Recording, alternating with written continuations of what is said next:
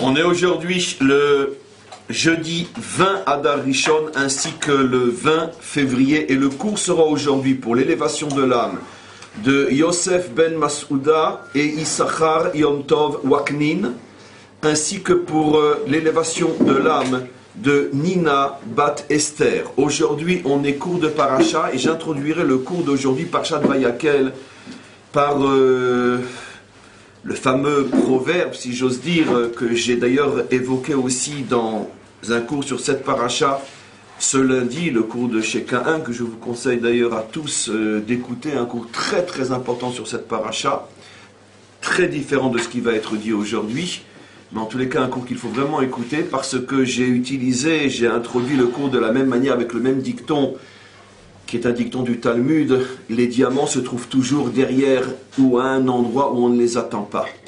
C'est-à-dire, le Talmud donne l'exemple de quelqu'un qui marche et puis il trébuche sur une pierre. Alors, il y a deux réactions possibles. L'idiot qui tape sur la pierre et qui dit « mais qu'est-ce qu'elle fait là ?» Et l'intelligent qui dit « tiens, une pierre en plein milieu du chemin ». Il la soulève et il trouve un diamant. Et de la même manière, la Torah a été écrite, disent nos maîtres, selon ce principe-là, que c'est souvent dans les passages de la Torah, les parachiotes qui paraissent les plus rébarbatives, du déjà vu, qu'est-ce qu'il veut nous dire, cette technique, ça nous saoule. C'est souvent dans ce genre de parachiotes qu'on trouve les trésors les plus importants. Effectivement, parmi toutes les parachiotes les plus saoulantes et les moins intéressantes de toute la Torah se trouve réellement Parashat Vayakel. Parce que tout simplement, elle ne fait apparemment que répéter mot pour mot ce que l'on sait déjà depuis fort longtemps. Ça fait déjà 4 parachiotes que nous nous préoccupons de la construction du tabernacle. Ça fait déjà 4 parachiotes que, dans les moins, enfin je compte exactement Trouma, Tetzavé, Kitissa aussi, donc 3 parachiotes. Ça fait donc 3 parachiotes que l'on nous explique dans les moindres détails comment, avec les mesures, dans les moindres détails, comment était fait le Mishkan et de quoi il était composé. Et voilà tout d'un coup, une parachia entière, la 4e, qui nous répète du début jusqu'à la fin tout ce qu'on sait déjà. On n'a même pas envie de la lire, c'est du déjà vu. Et donc, bien sûr, on peut se poser la question, et comme je l'ai dit dans ce cours de ce lundi, quand on sait, je vous l'ai démontré déjà des milliers de fois, comment sur un mot, des fois, qui est dit ou mal dit, sur une lettre qui manque ou qui est en trop, on peut déduire des enseignements inimaginables, des pages entières du Talmud ou du Zohar sur une lettre en plus ou en moins. Comment on peut se permettre de répéter toute une paracha? Alors, en vérité, c'est parce que dans cette paracha, dans cette soi-disant répétition, se cachent des secrets inimaginables. J'en ai déjà expliqué 4 dans le cours de lundi, et on va en expliquer encore quelques-uns aujourd'hui. Et derrière, ou dessous cette argile, se cache effectivement quelque chose de très très grand, à notre niveau bien sûr, et on peut commencer le cours.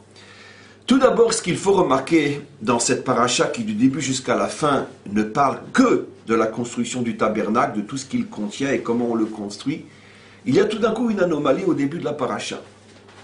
Au tout début, on nous rappelle qu'il faut faire Shabbat. Alors là aussi une question énorme que se posent nos maîtres, qu'est-ce qu'on a besoin ici de nous rappeler qu'il faut faire Shabbat? C'est une ordonnance qu'on a déjà entendue, en veux-tu, en voilà, et c'était pas sa place ici, puisqu'ici on parle de la construction du tabernacle, on ne parle pas du respect du Shabbat. Un seul verset, tout d'un coup, comme un cheveu sur la soupe, en pleine construction ou répétition de la construction du tabernacle.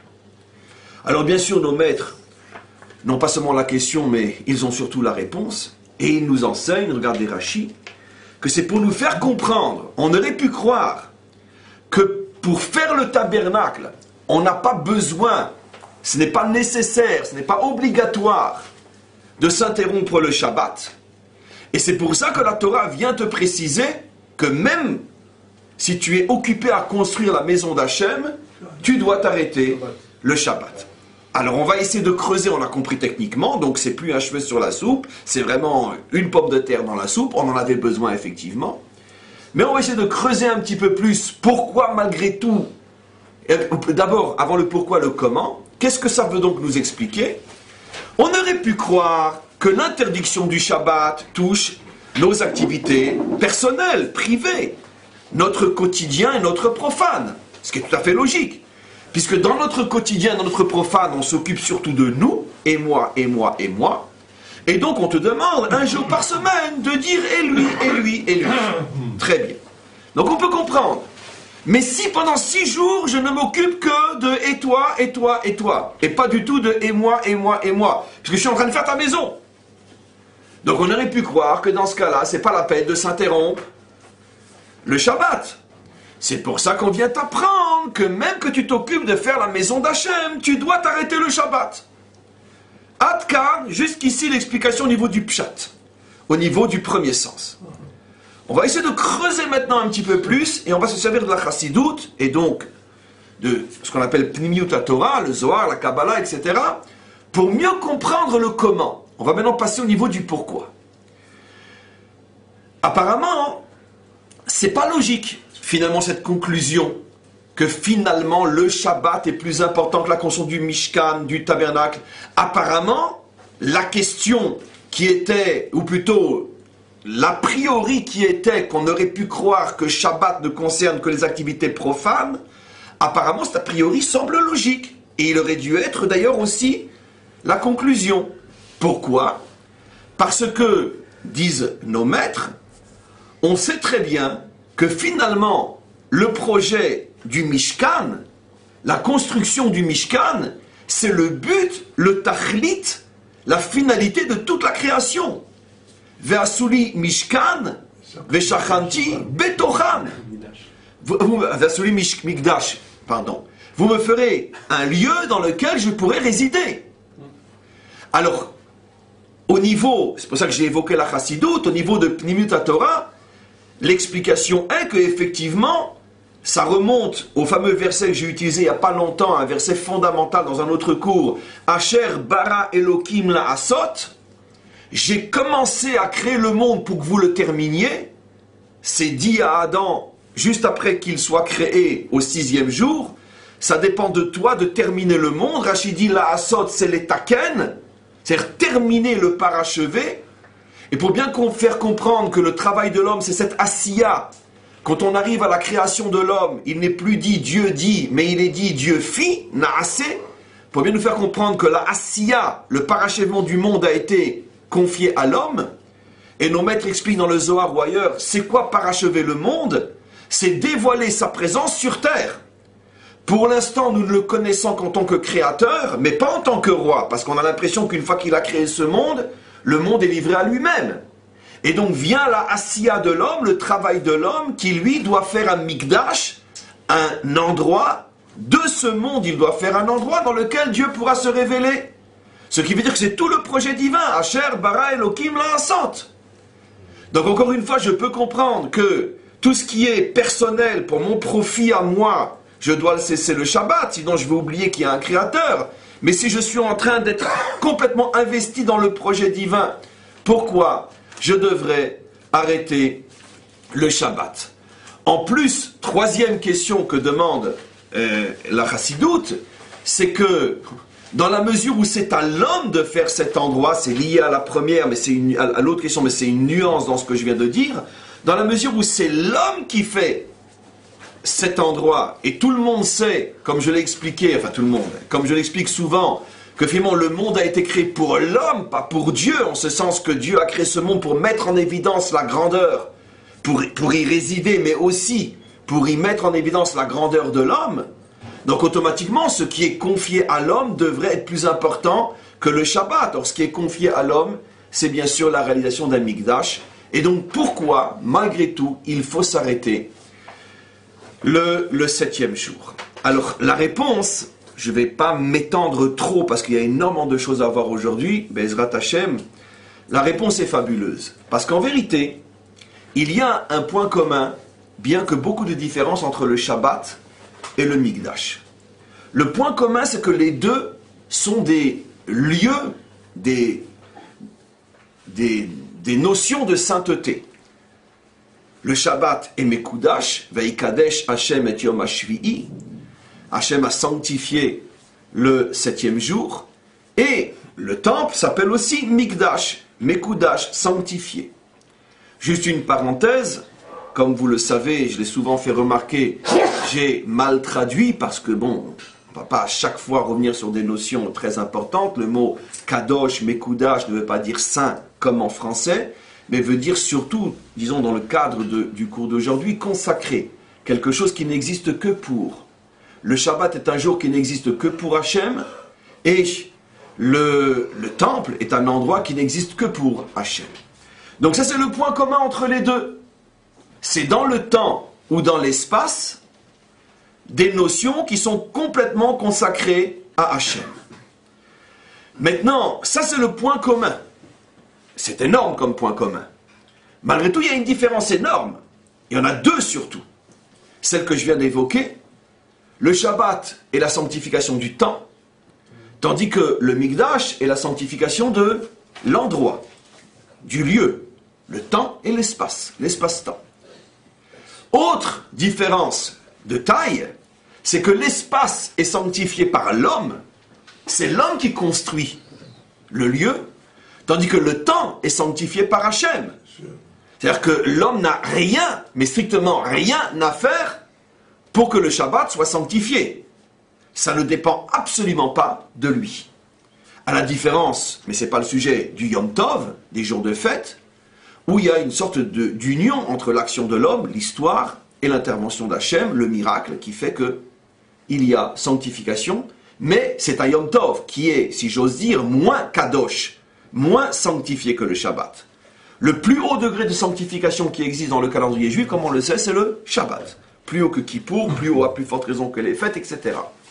Or, cette sanctification du Shabbat n'est pas du tout le produit, la conséquence, le travail, la conséquence du travail de l'homme, c'est uniquement Hachem. Et ça, c'est une différence de taille.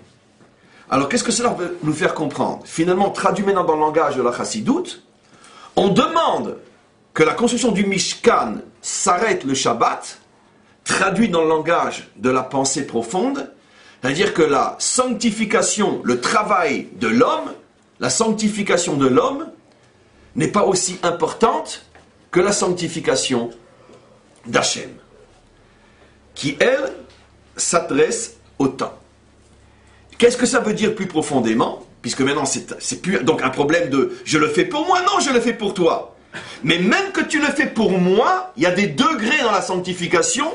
La sanctification que toi, tu peux faire, celle de sanctifier l'espace, est malgré tout moins forte, moins puissante que ma sanctification à moi, où moi je sanctifie le temps.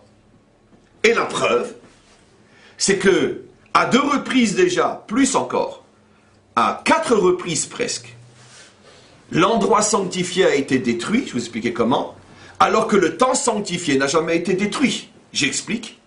Le Mishkan a été détruit à 2 reprises, une fois à Shiloh, avant la construction du premier temple. Il a été à Shiloh pendant pratiquement 300 ans.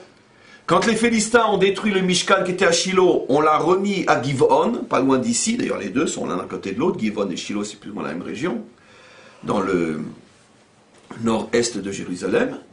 Et donc on l'a remis à Giv'on, il a été à nouveau redétruit à Giv'on, après il y a eu le premier temple est détruit, deuxième temple détruit, ce qui veut dire que le lieu sanctifié, le lieu consacré à Hachem a déjà été détruit 4 fois, et on attend une 5e sanctification, le Kot du Yud, la pointe du Yud, qui est la délivrance finale. 2 temples, bientôt 3, mais en vérité, 4 lieux saints, et bientôt un 5e. Très important, parce que ça correspond aux 5 parties du nom divin. C'est pas par hasard. En tous les cas, donc, le temple a déjà été détruit, mais le Shabbat n'a jamais été détruit. Même dans les moments les plus sombres de l'histoire et de l'exil, notre peuple, très globalement, a toujours et fera toujours, a toujours respecté et respectera toujours le Shabbat. Donc c'est bien la preuve dans l'histoire que finalement, la sanctification de l'homme est beaucoup plus fragile que la sanctification du temps.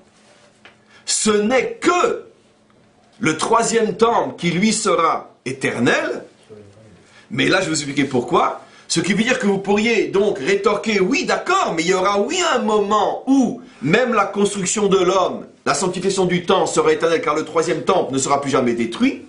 C'est vrai et c'est faux. C'est vrai, mais pas uniquement par le mérite de l'homme, c'est maintenant la raison, vous allez comprendre la raison décryptée dans le langage de la compréhension, la raison pour laquelle nos maîtres disent que la délivrance ressemble elle aussi à un Yom Shekulo Shabbat.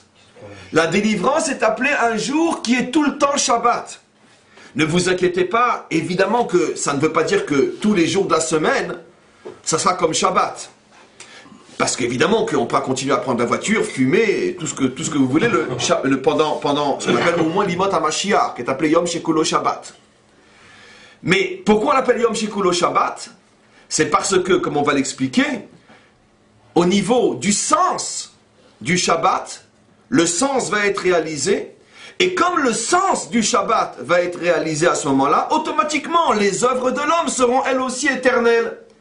Mais c'est encore une fois le Shabbat qui fait que l'œuvre sera éternelle, l'œuvre de l'homme. Donc c'est encore une fois Mikoar à Shabbat, c'est parce qu'on s'inspire, on puise aux sources du Shabbat qu'à ce moment-là, même la sanctification de l'espace sera elle aussi éternelle. Alors qu'est-ce que ça veut dire tout ça?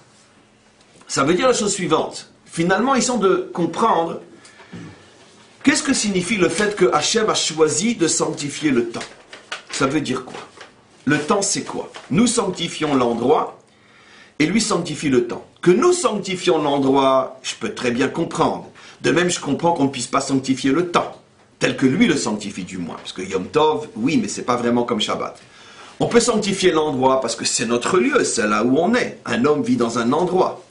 On ne peut pas sanctifier le temps parce que le temps ne nous appartient pas. Quelqu'un peut se dire j'arrête pour l'instant ma montre, je décide que je veux partir maintenant ou je ne veux pas partir demain. Le temps ne nous appartient pas. Donc automatiquement, l'homme n'ayant pas de maîtrise sur le temps, comment voulez-vous qu'il sanctifie le temps? La seule chose qu'un homme peut, d'une certaine manière, gérer et diriger et dominer dans ce monde, c'est l'espace. Là, l'espace, je peux faire ce que je veux. Je peux décider que cette montagne n'existe plus pour en faire une route. Je peux décider que ce fleuve ne me dérange pas, je peux faire un pont, etc. Mais je ne peux pas, j'ai pas de maîtrise sur le temps. Mais au niveau d'Hachem, qu'est-ce que cela signifie que finalement il sanctifie le temps? Qu'est-ce cette notion de sanctification du temps? Alors, comme je l'ai déjà souvent expliqué, Shabbat veut dire revenir. Shabbat vient du mot Teshuvah, retour. Le Shabbat, c'est le jour du retour. Qu'est-ce que signifie le fait que le temps est le temps du retour? Écoutez-moi bien. Mais vous le savez déjà, ça veut dire que Hachem a introduit dans le temps, ça veut dire dans l'histoire, la force du retour. C'est-à-dire que quoi qu'on fasse, quelles que soient les décisions des hommes, quels que soient les fantasmes, les utopies et tous les ismes de l'histoire, de toute façon, avec le temps, tout reviendra vers lui. Et ça, c'est la sanctification du temps. D'ailleurs, on pourrait presque dire, un petit peu dans l'esprit du cours d'hier aussi, vous savez, qu'est-ce que chante Léo Ferré? Avec le temps va, tout s'en va. Ouais, oui. C'est typiquement français. Avec le temps va, tout s'en va. Avec aussi son visage triste et désespéré, etc. Pourquoi? Parce que c'est l'hymne du monde profane. Avec le temps va, tout s'en va. Avec le temps, on perd ses espoirs, on perd ses idéaux, on perd ce qu'on aime, et on se perd soi-même. Le temps nous fait tout perdre. Je peux vous assurer que l'hymne du Mashiach sera « Avec le temps vient, tout revient ». Je vais même encore aller plus loin que ça. Quand je vous dis que ça sera l'hymne du Mashiach, « Avec le temps vient, tout revient ». Mais pas avec... l'air de Léo Ferré, parce que c'est un air triste.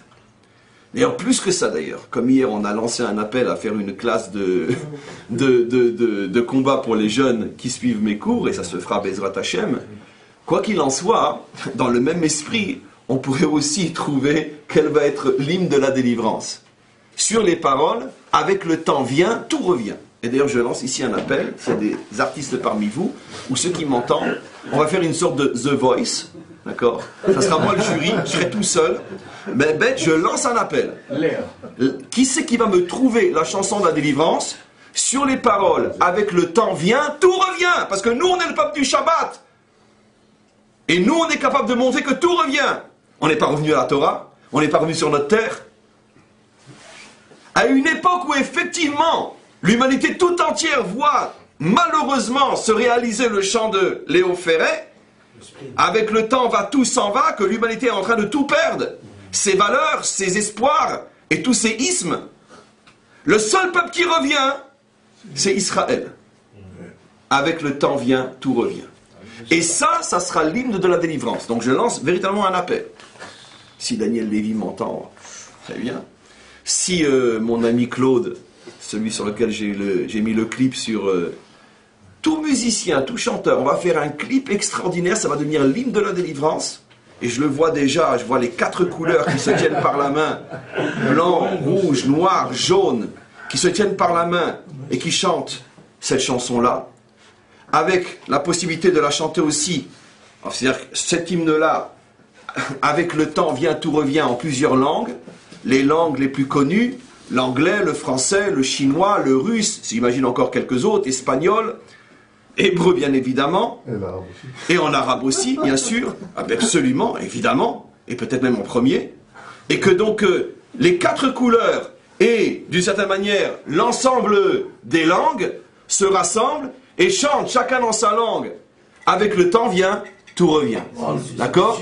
C'est lancé, et Bezrat Hashem, si ce clip est lancé quelque part, d'accord, ça va être quelque chose d'extraordinaire. Et on peut le sortir après, on peut le sortir effectivement au Palais des Sports à Paris avec des milliers de personnes et tout le monde va se mettre à danser, à chanter. Avec le temps vient, tout revient. C'est des sumo comment qui vont danser aussi. Comment des sumo aussi. Alors on viendra aussi avec, on fera venir les comment s'appellent-ils, les kung-fu du Tibet là, ils sont très connus. Non, ils ont un nom là, les Shaolin, etc. Bon, Bekitsour, c'est sûr et certain que c'est ce qui est contenu dans la paracha de cette semaine. C'est pour ça que j'annonce ce que va être le chant de la délivrance cette semaine, parce que c'est dans la paracha de Vayekel.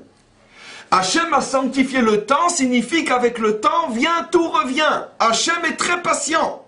Il sait que finalement il a introduit dans l'histoire une force qui nous ramène à lui. Et même si les hommes ont l'impression, parce qu'ils font tout pour, même si les hommes ont l'impression qu'ils s'éloignent, en vérité, en fin de compte, combien de fois je vous ai montré, le problème c'est que j'ai du café là-dedans, je vous ai montré l'image du cercle, d'accord? Le cercle est une image fabuleuse, plus on s'éloigne du point de départ et plus on revient. Ça c'est le Shabbat. C'est la raison pour laquelle dans la Kabbalah, le Shabbat, quand on le dessine, il est circulaire. Le Shabbat est circulaire, pourquoi? La semaine, elle est verticale, premier jour, linéaire, premier jour, deuxième jour, troisième jour. Mais le Shabbat, il est circulaire, et en vérité, le véritable schéma d'une semaine d'après la Kabbalah, c'est une ligne à l'intérieur d'un cercle. Ça veut dire qu'en vérité, tu crois avancer, mais tu restes dans le cercle, et finalement, quand tu t'éloignes du point de départ, mais quand tu t'éloignes au maximum, tu retouches le point d'arrivée qui est sur le cercle, et on te fait remonter, parce que l'image est extraordinaire. Quand tu as quitté le cercle, tu étais là. D'accord? Donc tu étais d'une certaine manière, par rapport au point de départ en haut, en état d'éloignement. Mais quand tu vas, toi, aller d'une manière linéaire, tu t'éloignes, tu vas être ici. En vérité, tu t'es rapproché du point de départ, parce que tu es sur l'autre rive et l'histoire te rapproche. Il y a des notions extrêmement profondes. Donc en tous les cas, c'est dans cet esprit-là, et vous allez comprendre dans quelques minutes pourquoi, ça c'est l'introduction de la paracha. La paracha nous fait comprendre qu'aussi grand, aussi noble, aussi respectueux soit le travail de l'homme, et effectivement, ça ne contredit pas le fait que Asher bara Elokim la asot, que Hachem attend plus notre travail que le sien, et que effectivement le but final de toute la création c'est Vasuli Mikdash Veshachanti Betochan. Donc un endroit sanctifié où Dieu puisse se révéler donc ce monde. Mais quoi qu'il en soit, le début de la paracha nous fait comprendre que si ce n'était le Shabbat, qui veut dire revenir, si ce n'était cette force que Dieu a introduite dans le monde qui fait que, qu'on le veuille ou non, on reviendra vers lui, si ce n'était cela, notre travail serait impossible.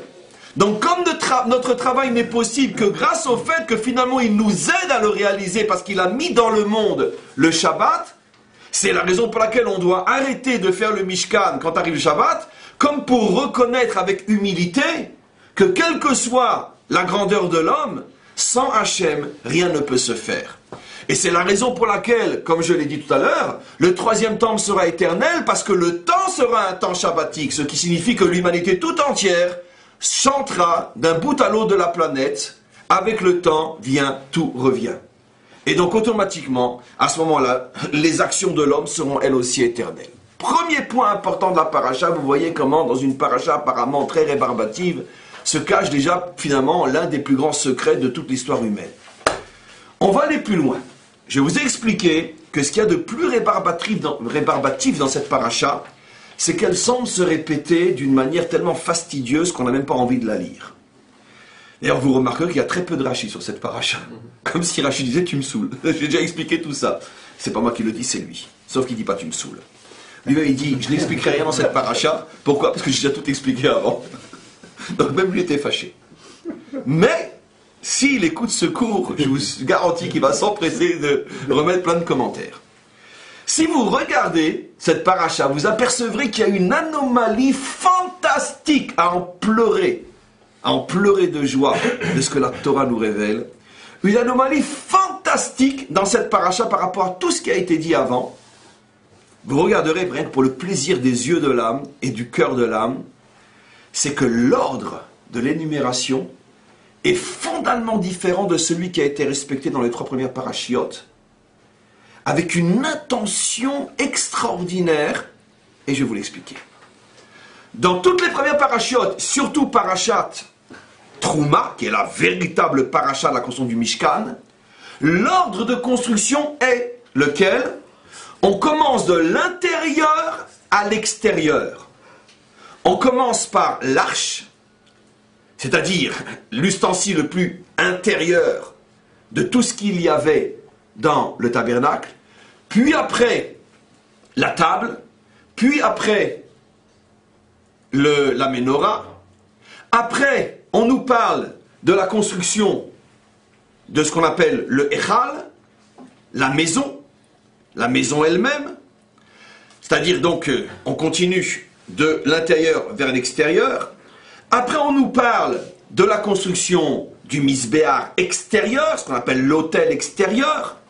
Et après, on nous parle de la construction du pourtour, qu'on appelle la cour, et ainsi de suite. Donc, on va de l'intériorité vers l'extériorité. Avec un peu plus de précision, dans l'intériorité et l'extériorité, il y a aussi des détails importants. Par exemple, dans l'extériorité qui est la maison ou la cour, la maison est composée très globalement, ainsi que la cour, c'est simplement dans la forme que ça change, mais pas dans le fond, des poteaux de bois recouverts de tentures. Et on nous parle toujours d'abord des poteaux de bois et après de la tenture. Pourquoi? Parce qu'on met d'abord le poteau et dessus on met la tenture. Ce qui veut dire que ce dont on parle en dernier, c'est de la tenture. Voilà, donc de l'extériorité, le plus extérieur. Ici, dans cette paracha, on assiste à quelque chose d'absolument extraordinaire dans l'ordre utilisé. La première chose dont on parle, c'est pas tout à fait, et vous allez comprendre pourquoi dans quelques minutes, l'extériorité, mais on commence par l'extériorité. On commence par nous parler de la construction du Echal. Du Echal, donc de la maison. Après avoir parlé de la construction du Echal, on parle des ustensiles qui étaient dans le Echal. C'est-à-dire l'arche, la table, la menorah, le petit autel en or sur lequel on faisait l'encens. Donc là, l'ordre est inversé. On commence par nous parler de la maison avant de nous parler du Mishkan. Des ustensiles, pardon. Mais par contre, lorsqu'on arrive à la cour, on reprend l'ordre qui apparemment est dans Parashat Trouma. On nous parle d'abord de l'autel extérieur sur lequel on faisait les offrandes, et après on nous parle du pourtour qui permettait de délimiter la cour, les poteaux et les tentures. Vous avez compris? Je répète, très vite. Dans la première parasha Trouma, on va de la plus grande intériorité et on va vers toutes les extériorités. Dans cette parasha, on commence à nous parler d'abord de la construction de la maison, puis de ce qu'elle contient, Donc, extérieur vers l'intérieur. Et quand on arrive à la cour, on réinverse. On parle de ce qu'il y a dans la cour, l'intériorité, et après on va vers l'extériorité, comment est faite la cour, comment est fait le pourtour de la cour. Autre très grande anomalie, toujours dans cette paracha, c'est que dans cette paracha, lorsqu'on parle de la construction de la maison, on parle d'abord de la tenture, puis après des poteaux, et puis après des ustensiles qui étaient dedans. Mais quand on parle de la cour, on parle d'abord des ustensiles, après des poteaux, et après des tentures. Vous avez compris? Les tentures, c'est comme... Je prends l'exemple d'un corps humain. D'accord? Les membres intérieurs, on va parler le cœur, les poumons, le foie. Après, il y a la chair. Et après, il y a la peau. En ce qui concerne la maison, on parle d'abord de la peau. Après, des os qui soutiennent la peau. Et puis après, bon, eau et chair, si vous voulez. Et après, on parle des membres intérieurs, le cœur, le foie, etc. En ce qui concerne la cour, on parle d'abord des membres intérieurs, le cœur, le foie, etc. Puis on parle de la chair et des os, puis on parle de la peau. Alors, qu'est-ce que cela signifie, bien sûr? On va l'expliquer. Parashat Trouma, c'est là où je vais m'arrêter le moins. Comment commence notre paracha? À nous, le début du cours, en nous montrant qu'il y a le Shabbat d'Hachem, sanctification du temps, il y a le Shabbat de l'homme, sanctification de l'espace. Exactement de la même manière, il y a deux parachiotes fondamentales, Trouma et Vayakel. Trouma, c'est les ordonnances de Dieu à Moshe. Vayakel, c'est la réalisation de Moshe et des Juifs. C'est-à-dire que dans Trouma, c'est ce que Dieu dit qu'il va falloir faire. Dans Vayakel, notre paracha, c'est le peuple juif s'est mis au travail et il réalise la chose.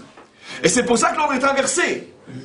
Dans la paracha de Trouma, où c'est Dieu qui parle, qui dit voilà ce qu'il faudra faire, automatiquement l'ordre est de quoi? De l'intérieur vers l'extérieur. Dieu étant l'intériorité de toutes les intériorités, le monde étant l'extériorité, et le travail de l'homme est quoi? Le travail de l'homme est de quoi? De prendre Hachem qui est caché au plus profond de l'intériorité de toutes les intériorités, c'est-à-dire que personne ne le voit, personne ne sait qu'il existe, et de le dévoiler dans le monde de l'extériorité. C'est la raison pour laquelle, dans Parashat Trouma, on commence par l'intériorité, comme pour dire, moi Hachem, puisque c'est moi qui parle, j'ai créé un monde dans lequel personne ne me connaît, c'est-à-dire connaît dans le vrai sens du terme, parce que tout le monde parle de moi, mais personne ne pense et ne vit avec moi. Donc, dans le sens toujours réel du terme. Et donc, j'ai créé un monde dans lequel je devrais être le plus présent et je suis le plus absent. Tout le monde vit dans ce monde comme si je n'existais pas. Je suis donc confiné dans l'intériorité de l'intériorité. Dévoilez-moi. C'est pour ça que je vous demande le Mishkan. Dévoilez-moi. Et donc, c'est la raison pour laquelle on passe de l'intérieur à l'extérieur. Mais ce qui est très intéressant, quel est le premier ustensile dont on parle dans le monde de l'intériorité? La Torah. C'est-à-dire quelle est et avec quelle force Hachem va pouvoir se dévoiler dans le monde? La Torah. Lorsque les sources de la Torah se répandent dans le monde entier. Donc c'est la raison pour laquelle on va de l'intériorité à l'extériorité. Ça c'est facile à comprendre. Comme Shabbat. Shabbat, c'est la sanctification du temps, c'est pas palpable, c'est pas visible, c'est que quelqu'un voit avec ses yeux la différence entre le jour du samedi et le jour du dimanche, il n'y a rien qui transparaît, c'est extrêmement abstrait. Par contre, le temple, la réalisation de l'homme, c'est très concret dans ce monde, c'est un endroit avec des lois, des structures, on le voit.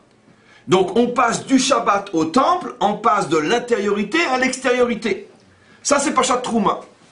Maintenant, ce qui est très intéressant, c'est au niveau de la réalisation. Parashat Vayakel, l'ordre change. Maintenant, pour que vous compreniez bien, je vais vous maintenant décrypter à quoi ressemblent, finalement, les 4 parties du Mishkan. La maison est ce qu'elle contient. La cour est ce qu'elle contient. 4 dimensions. C'est-à-dire que vous remarquerez que ces 4 dimensions, c'est en vérité Toujours le même principe. Le contenant, le contenu. Extériorité, intériorité. La maison, le Echal, le contenant extérieur, qui contient 4 ustensiles essentiels intérieurs, l'arche, la table, la menorah et l'autel en or sur lequel on fait l'encens. Donc, une extériorité, le Echal, une intériorité, ses ustensiles. On arrive maintenant à la cour. La cour, c'est le même phénomène. Une extériorité qui est la cour elle-même et son intériorité. Quels sont les deux? Il n'y avait que 2 ustensiles essentiels, parce qu'il y en avait d'autres, mais essentiels dans la cour. L'autel principal sur lequel on fait les offrandes et le kior, ce fameux lavabo à partir duquel on se lavait les mains et les pieds, les kohanim, avant de commencer la avoda, le service dans le temple. Donc, intériorité, extériorité. Maintenant, encore une fois, on a donc 2 fois le même modèle, intérieur-extérieur, intérieur-extérieur, mais quand on parle de l'intérieur, de l'extérieur-intérieur au niveau du Echal, on commence par l'extérieur et on va vers l'intérieur, et quand on parle de extérieur-intérieur au niveau de la cour, on commence par l'intérieur et après on va vers l'extérieur. C'est fabuleux. Comment l'œil ne pourrait passer à côté de merveilles pareilles, justement parce que c'est l'argile qui cache le diamant. Alors maintenant, on va essayer de comprendre, finalement, ce schéma double, puisque c'est 2 fois extérieur-intérieur, à quoi il correspond. Alors, à chaque fois, on va le comprendre par rapport à l'ustensile principal de ces 2 lieux. Quel est l'ustensile principal du Echal? C'est celui qui est cité en premier. C'est quoi? L'arche, la Torah. Quel est l'ustensile principal de la cour? Celui qui est cité en premier, Misbéach, l'autel. Traduit dans un langage humain, à quoi font allusion ces 2 ustensiles? L'arche fait donc allusion, bien évidemment, à l'étude et la compréhension et l'enseignement de la Torah, puisque tout est lié, tu étudies pour enseigner. Donc, la Torah avec toutes ses facettes, ainsi bien sûr que la pratique, bien évidemment, les mitzvot. Tandis que le Misbéa représente quoi? Le lieu du sacrifice. C'est quoi le lieu du sacrifice? Le lieu du don de soi. Exactement. Et d'ailleurs, comment dans notre paracha est appelé le Misbéa? Misbéa Haola. C'est quoi la Haola? C'est le seul sacrifice que l'on sacrifiait entièrement, que l'on consommait entièrement, sans rien garder, sans rien laisser. C'est pas tout à fait vrai, il y avait une chose qu'on laissait, mais c'est pas le sujet, donc je ne vais pas créer de l'embrouille, parce qu'on n'en a pas besoin, cette nuance par rapport au cours. Mais très schématiquement, il était complètement consumé sur le Misbéar, et il est appelé Ola, celui qui s'élève. Ça veut dire, on pourrait dire, l'image du don total de soi sans la moindre réserve. Je ne garde rien pour moi, je te donne tout. Le lieu de la Torah est le lieu du sacrifice. Voilà quels sont les 2 ustensiles les plus importants, traduits dans le langage de l'homme, les 2 qualités essentielles sur lesquelles repose l'identité juive parfaite, Torah et don de soi. Mais don de soi, pas du bout des lèvres. S'il faut aller jusqu'à, je suis prêt aussi. Torah et don de soi. Ce qu'on pourrait appeler Kiddush Hashem. C'est Akedat Yitzhak. Akedat Yitzhak, je n'aurais même pas pensé à Akedat Yitzhak, j'aurais pensé à toutes les générations de juifs, de génération en génération, qui sont montés sur le bûcher pour ne pas renier la Torah. Donc, Torah et sacrifice. Ce sont les 2 piliers sur lesquels repose l'identité juive. J'ai un modèle et je suis prêt à mourir pour. Voilà. Arche et Aaron et Misbéar. Voilà. Maintenant, on va essayer d'aller un petit peu plus loin. Pourquoi, quand on parle de la Torah, on commence par l'extérieur et on va vers l'intérieur? Et pourquoi, quand on parle de l'autel, du sacrifice, on commence de l'intérieur et on va vers l'extérieur? C'est extraordinaire. Pourquoi? Quelle est la première chose qu'on évoque dans le Echal? Je vous ai dit, on commence par les tentures, après les poteaux et après les kélim, les ustensiles. Regardez dans le texte, comment étaient faites les tentures qui étaient posées sur des poteaux qui eux-mêmes contenaient les ustensiles de la maison.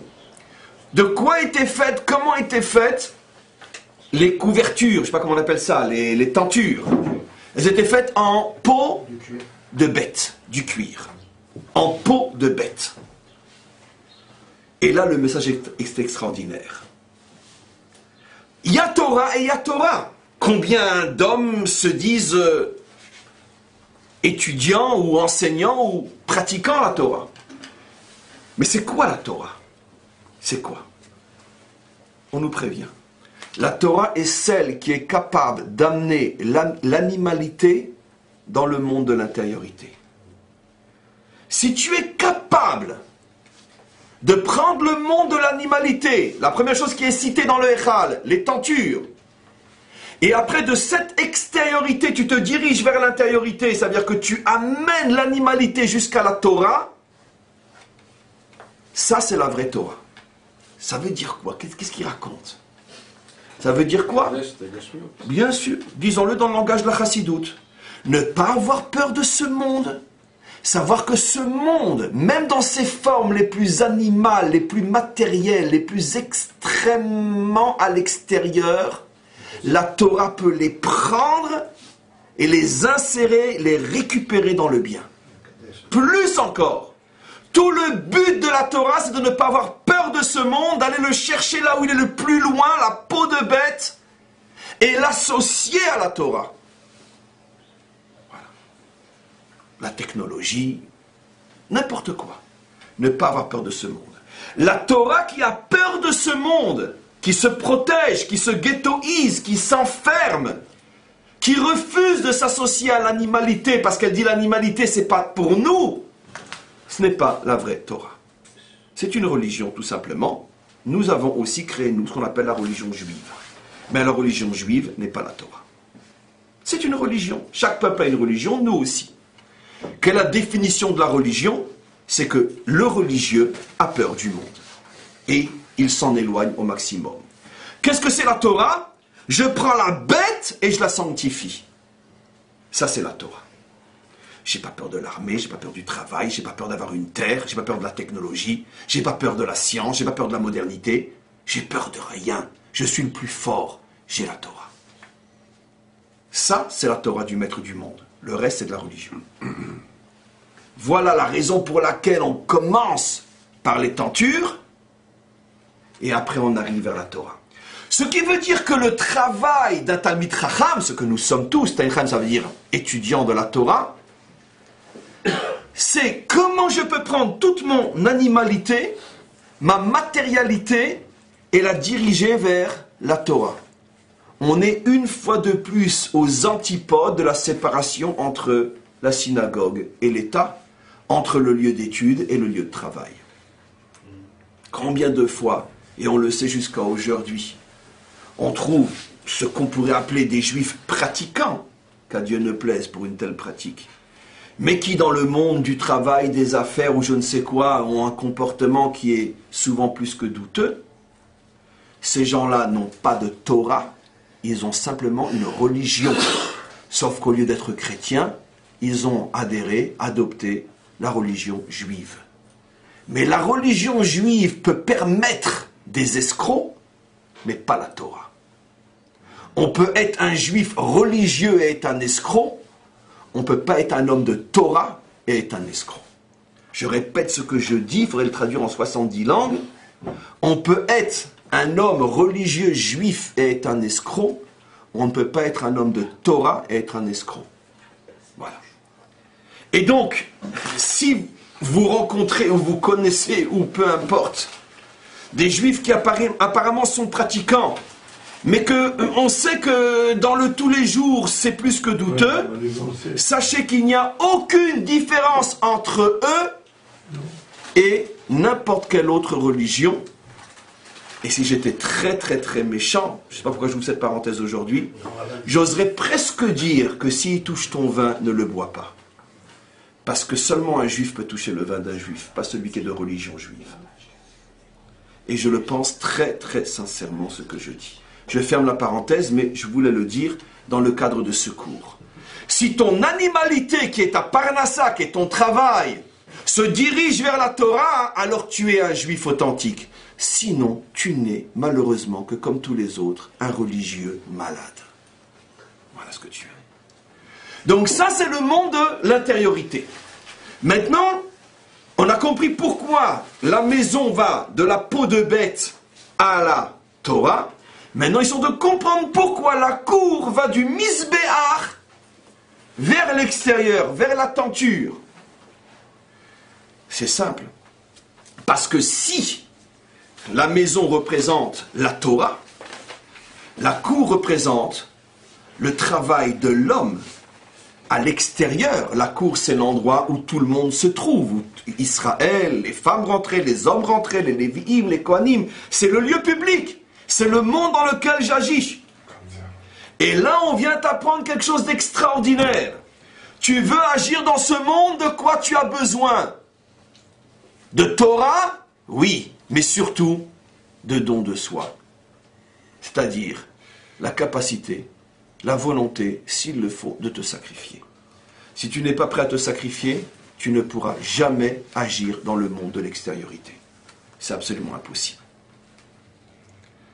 C'est la raison pour laquelle, quand on passe dans la cour, hop, on parle un peu du misbéar, comme pour dire, c'est ça l'inversion, comme pour dire, attention, tu veux agir dans le monde? Est-ce que tu es capable de monter sur l'autel? Est-ce que c'est dans ta tête? Tu peux? Alors vas-y. Tu ne peux pas? Reste à l'intérieur. Reste à la yeshiva. C'est pas la peine de sortir. Finalement, on comprend pourquoi quand on est sorti d'Égypte, on a été appelé comment? Tzivot Hashem, qui veut dire soldat, armée. Le soldat est le prototype même de ce qu'on explique. Parce que si tu n'as pas clairement en tête que tu ne reviendras peut-être pas, tu ne peux pas être soldat. Pourquoi? Parce que même si tu as l'uniforme, tu ne seras pas un soldat. Puisque si tu as peur, tu ne seras jamais là où tu dois être au moment où on a besoin de toi. La seule différence entre quelqu'un qui porte un uniforme et un vrai soldat, ce n'est que ça, le courage et le fait de ne pas avoir peur.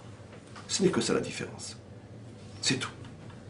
Ce qui veut dire qu'on commence par le misbéar comme pour nous dire, est-ce que tu es prêt à monter sur l'autel? Oui, alors maintenant tu peux construire le monde extérieur.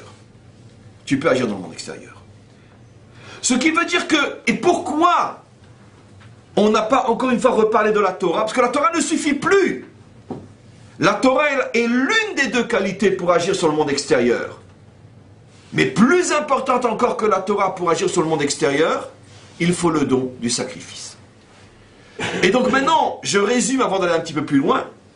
On a compris quelque chose d'extraordinaire, comment dans cette paracha qui apparemment paraissait comme une pure embrouille, se cachent d'une certaine manière les fondements même de la pensée juive authentique. On nous explique qu'un homme de Torah est uniquement celui qui n'a pas peur du monde et qui est capable de prendre la matérialité du monde et de l'investir dans la Torah, de la tenture jusqu'à l'arche. Et on nous explique qu'un homme qui agit dans le monde est quelqu'un qui a le don de soi et le don du sacrifice. Et c'est pour ça qu'on commence de l'intérieur, qui est la qualité, vers l'extérieur, l'action sur le monde, c'est-à-dire la cour. Voilà comment ces choses-là fonctionnent. Ce qui est très intéressant maintenant, c'est la dernière partie du cours, c'est que nos maîtres mettent en relation ces 4 dimensions qui sont des dimensions humaines finalement. Le Talmid Chacham, l'homme d'action, qui sont en vérité les mêmes, chacun d'entre nous. On est tous des Talmid Chachamim puisqu'on est tous attachés à la Torah. On est des élèves de la Chokhmah, des élèves de la Torah. Et on est tous, ou on doit tous être des hommes d'action dans ce monde. Don de soi, juste une parenthèse. Quand on parle d'action dans ce monde, on ne parle pas du travail pour manger, c'est pas ça l'action. On parle de la maison d'Hachem, ça veut dire des actions qui sont dans l'optique du projet d'Hachem. C'est la maison d'Hachem, n'oublions pas tous ces symboles-là. Donc dans le projet, le sien, pas le mien. Moi, le mien, c'est de me nourrir, mais lui, le sien, c'est quoi? Donc, être un soldat. Maintenant, on revient sur cette comparaison du départ entre le Shabbat et le Mishkan. On a trouvé 4 dimensions, finalement, dans le tabernacle.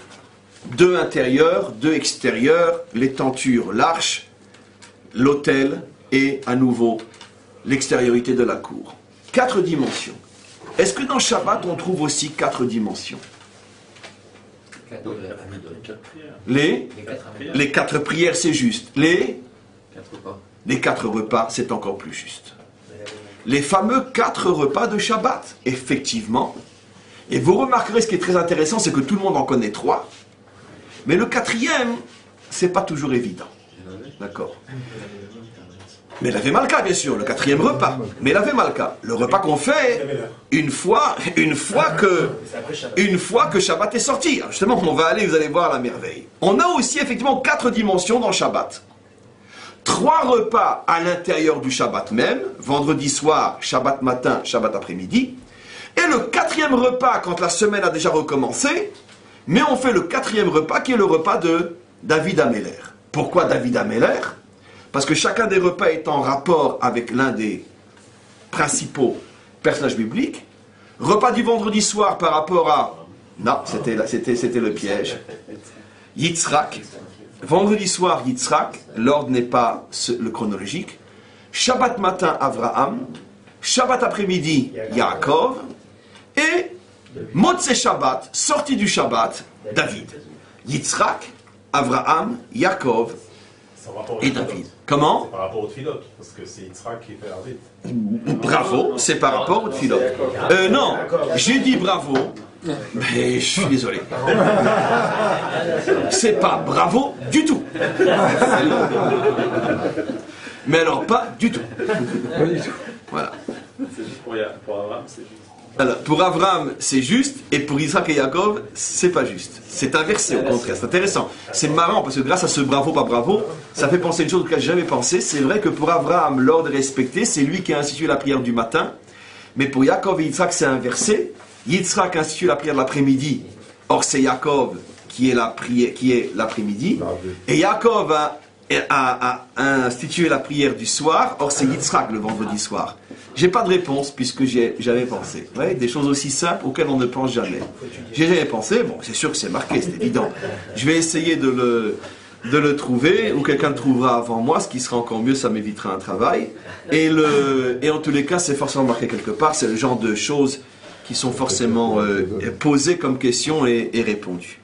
En tous les cas, quoi qu'il en soit, on a nos 3 repas, Abraham, enfin maintenant dans l'ordre chronologique, Abraham, Isaac et Yaakov, les 3 pères, qui sont appelés les 3 pieds du trône, mais pour que le roi puisse s'asseoir sur son trône sans se casser la figure, il a besoin d'un 4e pied.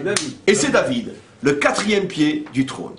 Ce qui est très intéressant, c'est pourquoi 3 pieds ont apparemment la chance d'être dans le Shabbat, et le 4e, il est dans la semaine. Pourquoi 3 pieds sont respectés par tout le monde, et le 4e pied... la majorité de ceux qui font Shabbat ne font pas le 4e repas. Je pense ne pas me tromper. La majorité de ceux qui respectent Shabbat ne font pas malgré tout le 4e repas. Ou s'ils le font, c'est vraiment... vraiment.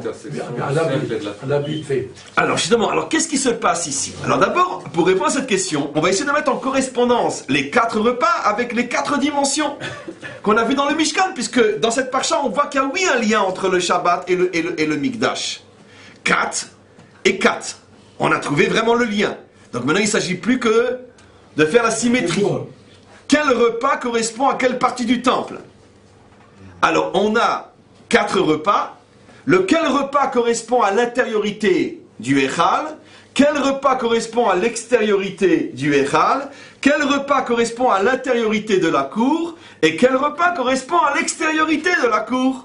2 intériorités, 2 extériorités. C'est-à-dire que dans les 4 repas, il y en a 2 intérieurs et 2 extérieurs.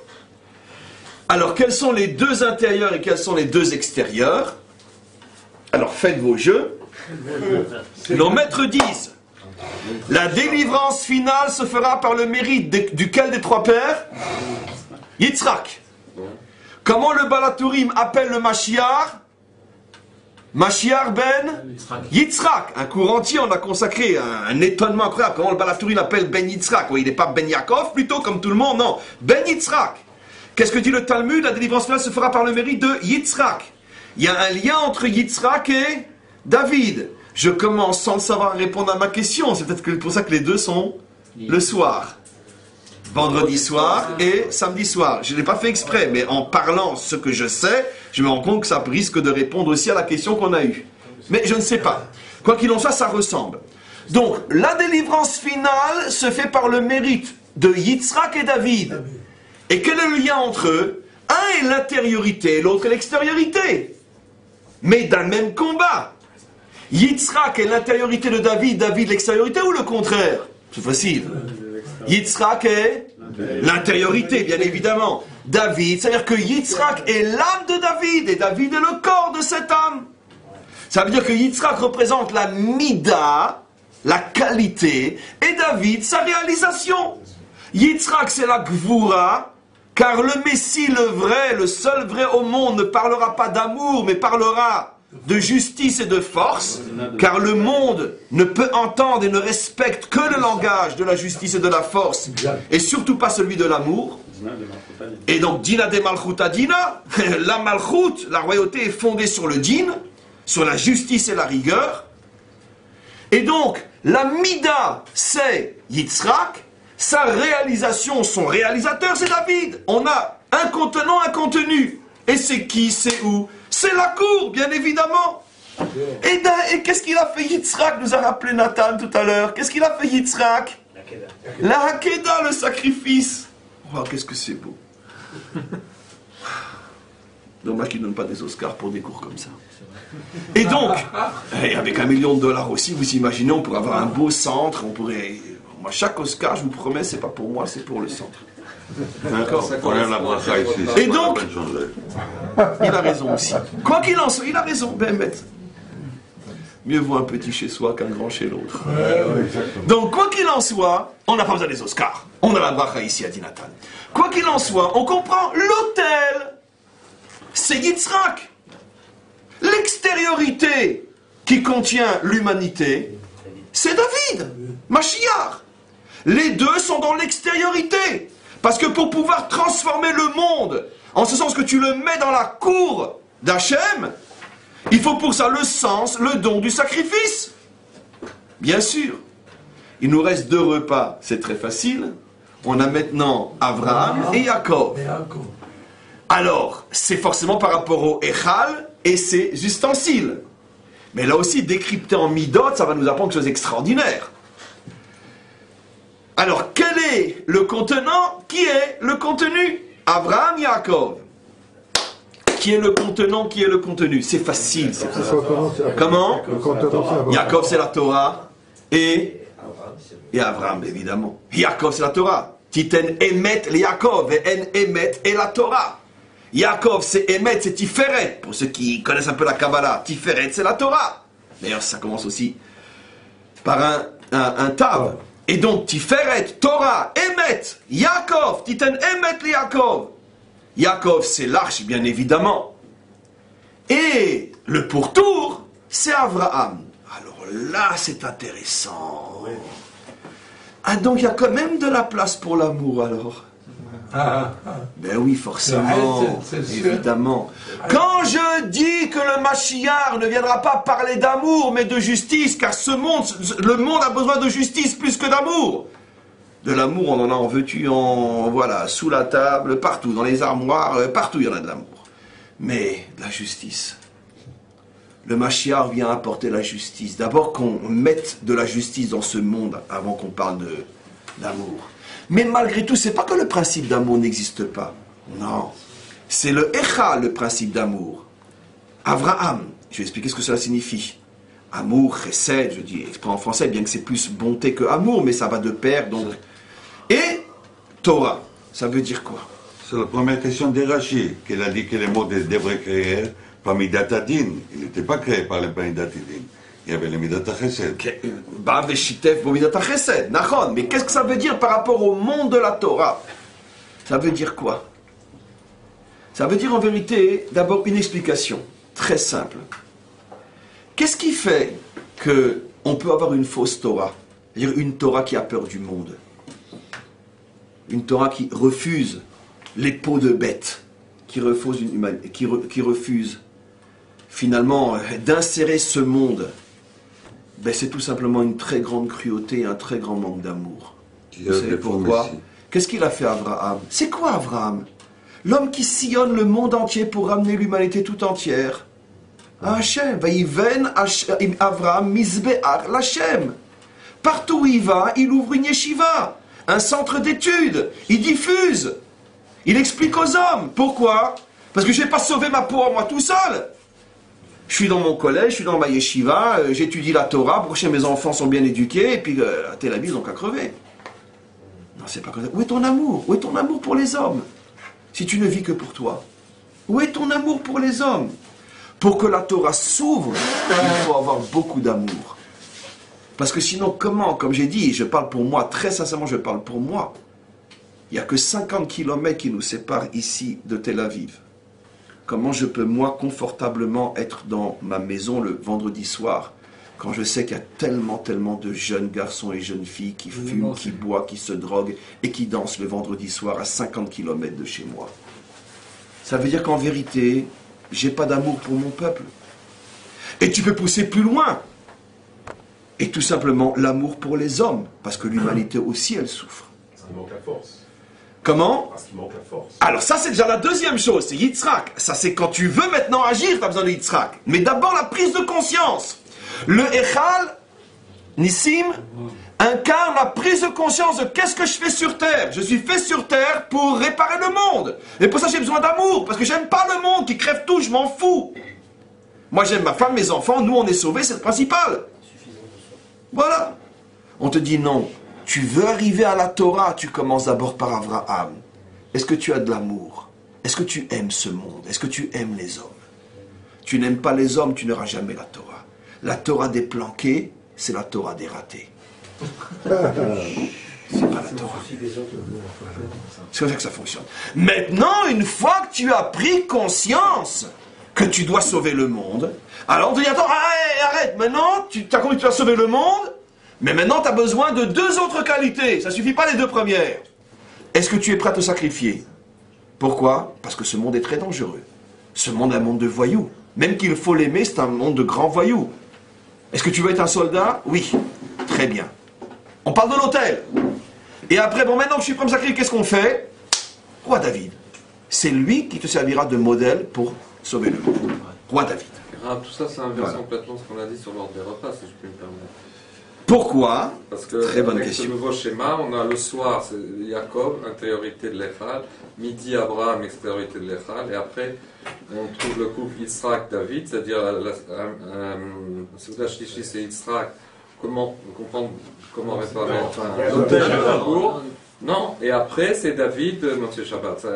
La question de Richard, qui est très bonne, aurait dû être la suivante. On aurait dû avoir d'abord le repas d'Abraham, pour suivre l'ordre de la paracha, après le repas de Yaakov, après le repas de Yitzhak, et après le repas de David.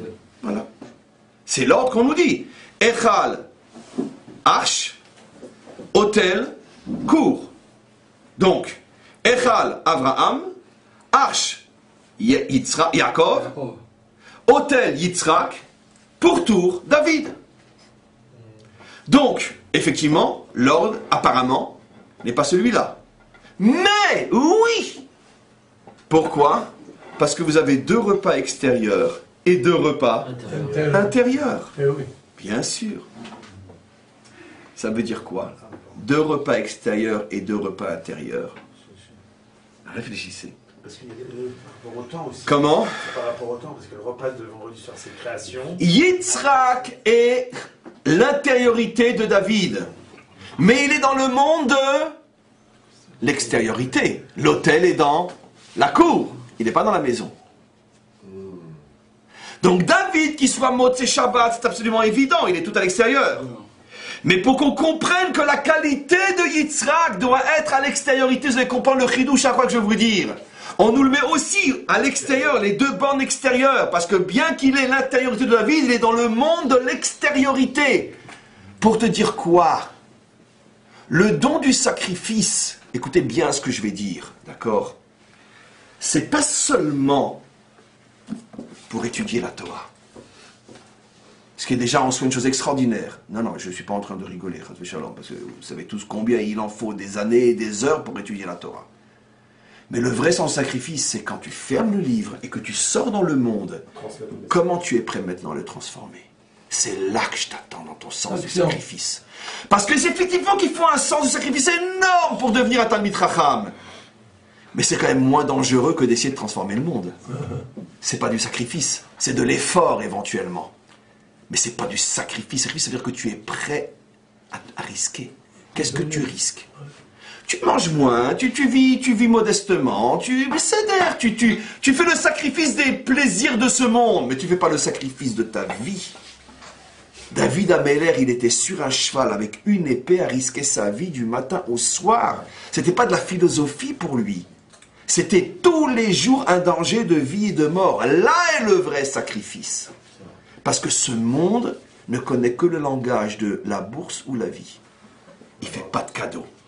Ça, c'est le vrai sacrifice. C'est pour ça qu'on met Yitzhak à l'extérieur comme Yaakov, comme David, pour dire que lui aussi, Yitzhak, attention, ne te trompe pas de lieu du sacrifice. C'est pas le sacrifice dans la maison d'études uniquement. C'est aussi, surtout, essentiellement le sacrifice dehors, dans le monde. Voilà. Là, c'est le vrai sacrifice. C'est ça le message de cette inversion au niveau des repas.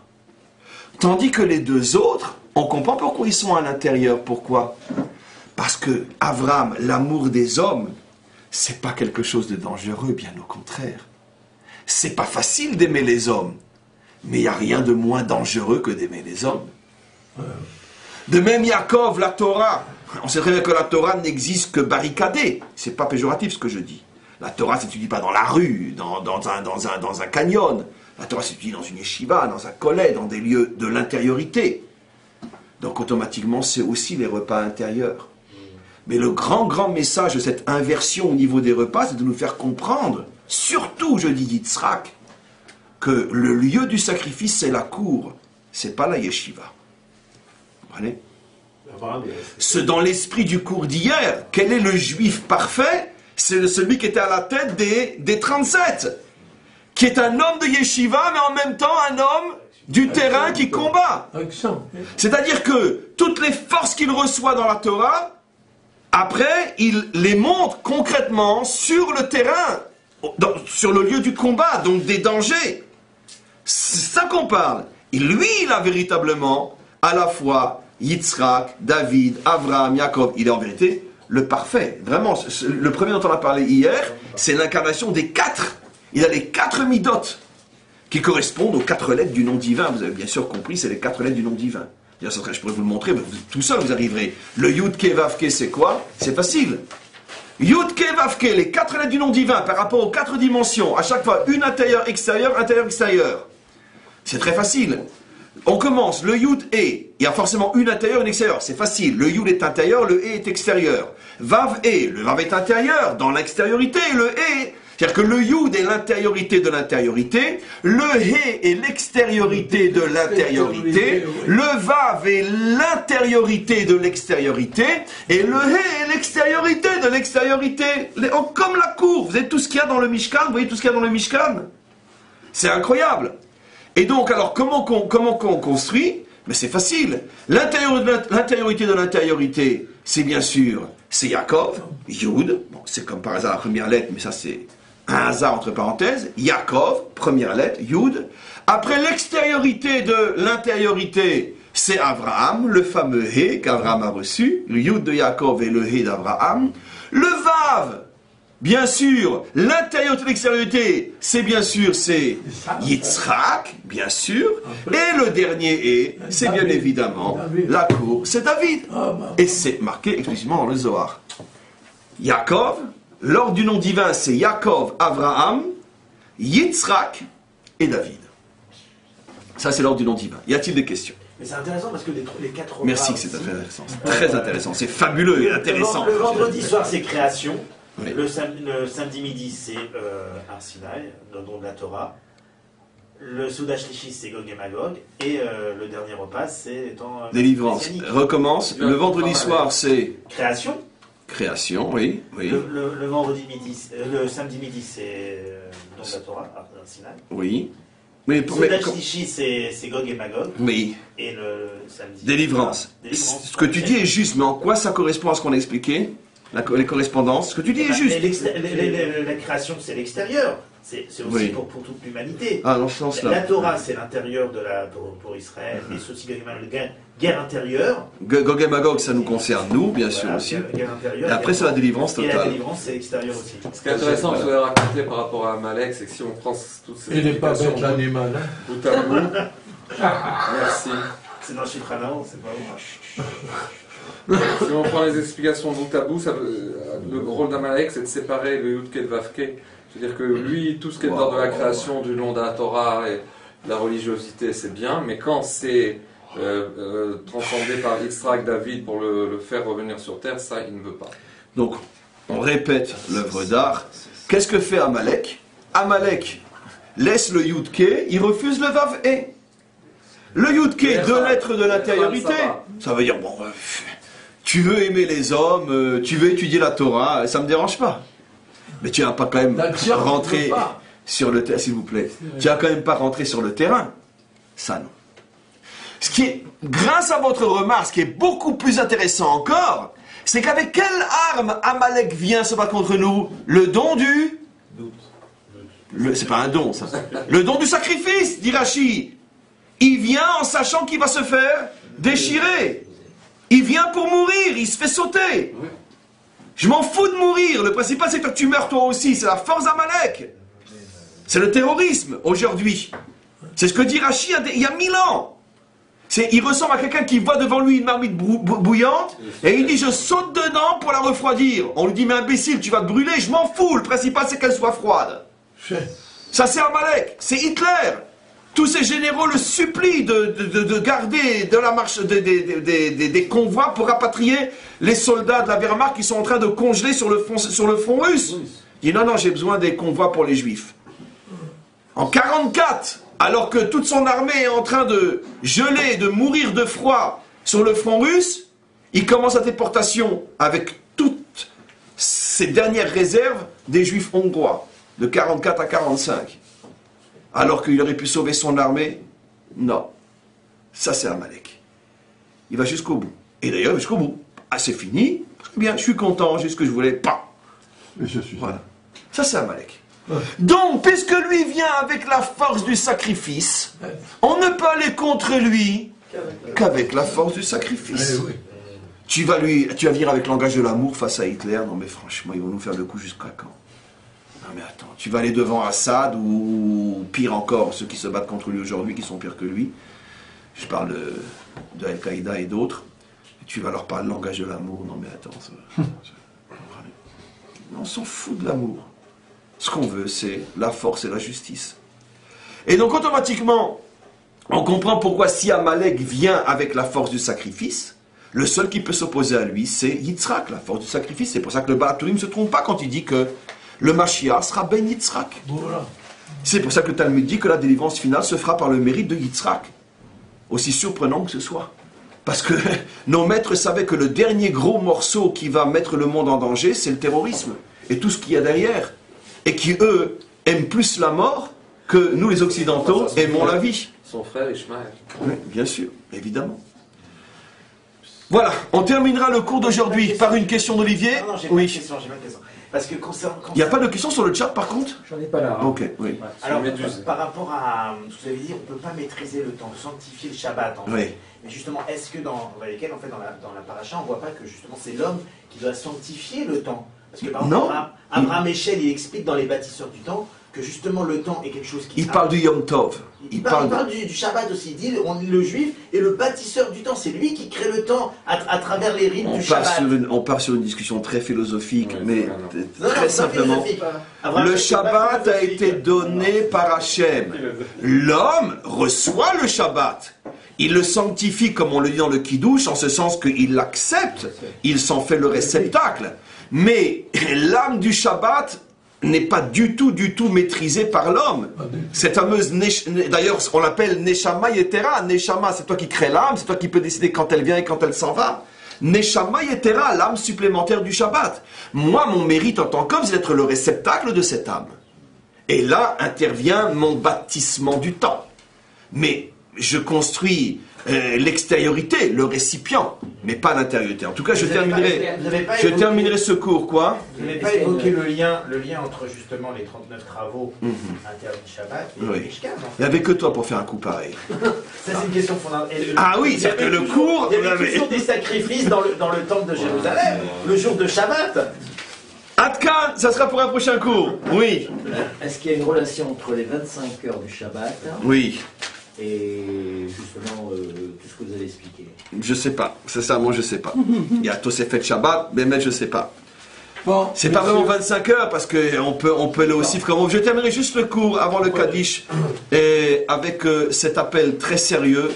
Donc pour vous et tous ceux qui nous entendent, je suis à la recherche donc de musiciens pour l'hymne de la délivrance. Avec le temps vient, tout revient. Et donc avec non seulement l'orchestre, les paroles, le clip tel que je l'ai présenté au début du cours, et on pourra le présenter Bezrat Hashem très prochainement au moment de la délivrance finale.